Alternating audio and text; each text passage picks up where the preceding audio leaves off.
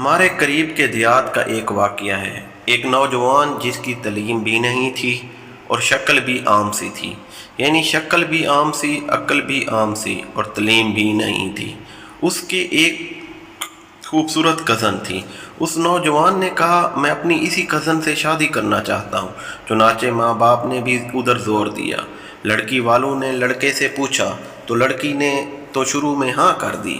نکاح ہو گیا، رخصتی بھی ہو گئی، لیکن جب وہ آ کر اس کے پاس رہی تو اب اسے پتہ چلا کہ یہ تو پکا جاہل ہے۔ وہ سوچ میں پڑ گئی کہ نہ عقل ہے نہ شکل ہے، زندگی کیسے گزرے گی۔ چنانچہ اس لڑکی نے دل ہی میں اس نوجوان کو ناپسند کرنا شروع کر دیا، مگر خاموش رہی۔ شادی کے 3-4 دن بعد عام طور پر دلہنیں اپنے ماں باپ کے گھر جاتی ہیں، یہ لڑکے بھی گھر گئی۔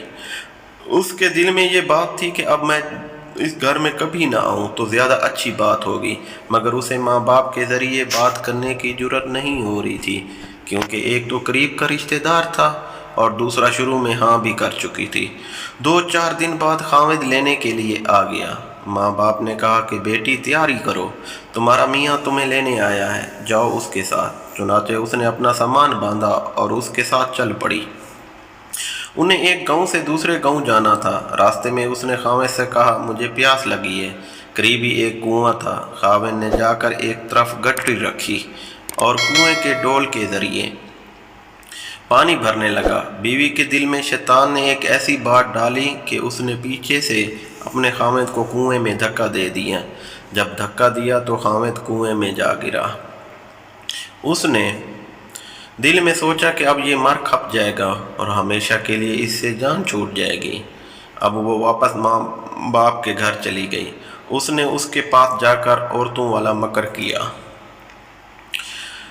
عورتیں مکر میں تو مشہور ہوتی ہیں، جیسے اخوان یوسف نے مکر کیا تھا ویسے ہی اس نے بھی مکر کیا۔ وہ روتی ہوئی گھر پہنچی۔ ماں باپ نے پوچھا کہ کیا ہوا؟ خاوند مجھے بٹھا کر کہیں چلا گیا، میں اتنی دیر تک اس کا انتظار کرتی رہی، میں اکیلی تھی، مجھے ڈر لگنے لگا، کوئی غیر مرد آ جاتا تو میرا کیا ہوتا، مجھے جان کا بھی خطرہ تھا اور عزت کا بھی خطرہ تھا، وہ تو بڑا بے پرواہ سا آدمی ہے، اس لیے میں واپس آ گئی ہوں۔ یہ سن کر ماں باپ کو بھی غصہ آیا کہ اس نے ہماری بیٹی کو اس طرح لاوارث چھوڑ دیا اور خود کہیں چلا گیا، یہ ایسا بے وقوف انسان ہے۔ اب ادھر کی بات سنیں۔ جب خاوند پانی میں گرا تو جان بچانے کے لیے اس نے ہاتھ پاؤں مارے تو اس کا ہاتھ اسی رسے پر پڑ گیا جس کے ساتھ ڈول بندھے ہوتے تھے۔ اس نے اس رسے کو مضبوطی سے پکڑ لیا اور ڈوبنے سے بچ گیا۔ کافی دیر کے بعد اس نے ہمت کی اور آہستہ آہستہ اسی رسے پر چڑھتے چڑھتے باہر نکل آیا۔ باہر نکل کر اس نے سوچا کہ میں کیا کروں۔ اس نے دل ہی دل میں کہا کہ مجھے توقع نہیں تھی کہ میری بیوی میرے ساتھ ایسا معاملہ کرے گی، کوئی بات نہیں، میں دوبارہ چلا جاتا ہوں۔ چنانچہ اب وہ دوبارہ سسرال کے گھر آیا۔ اتنے میں کپڑے بھی خشک ہو گئے تھے۔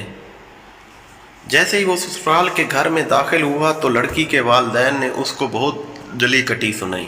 کہنے لگے تو کیسا بے عقل انسان ہے کہ تو ہماری بیٹی کو اکیلا چھوڑ کر چلا گیا، تو بڑا بے پرواہ ہے، تجھے اس کا ذرا خیال نہیں۔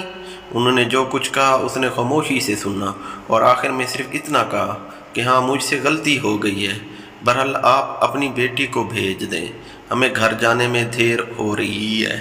جب انہوں نے دیکھا کہ یہ بہت شرمندگی کا اظہار کر رہا ہے تو انہوں نے پھر بیٹی سے کہا کوئی بات نہیں، اب تم چلی جاؤ۔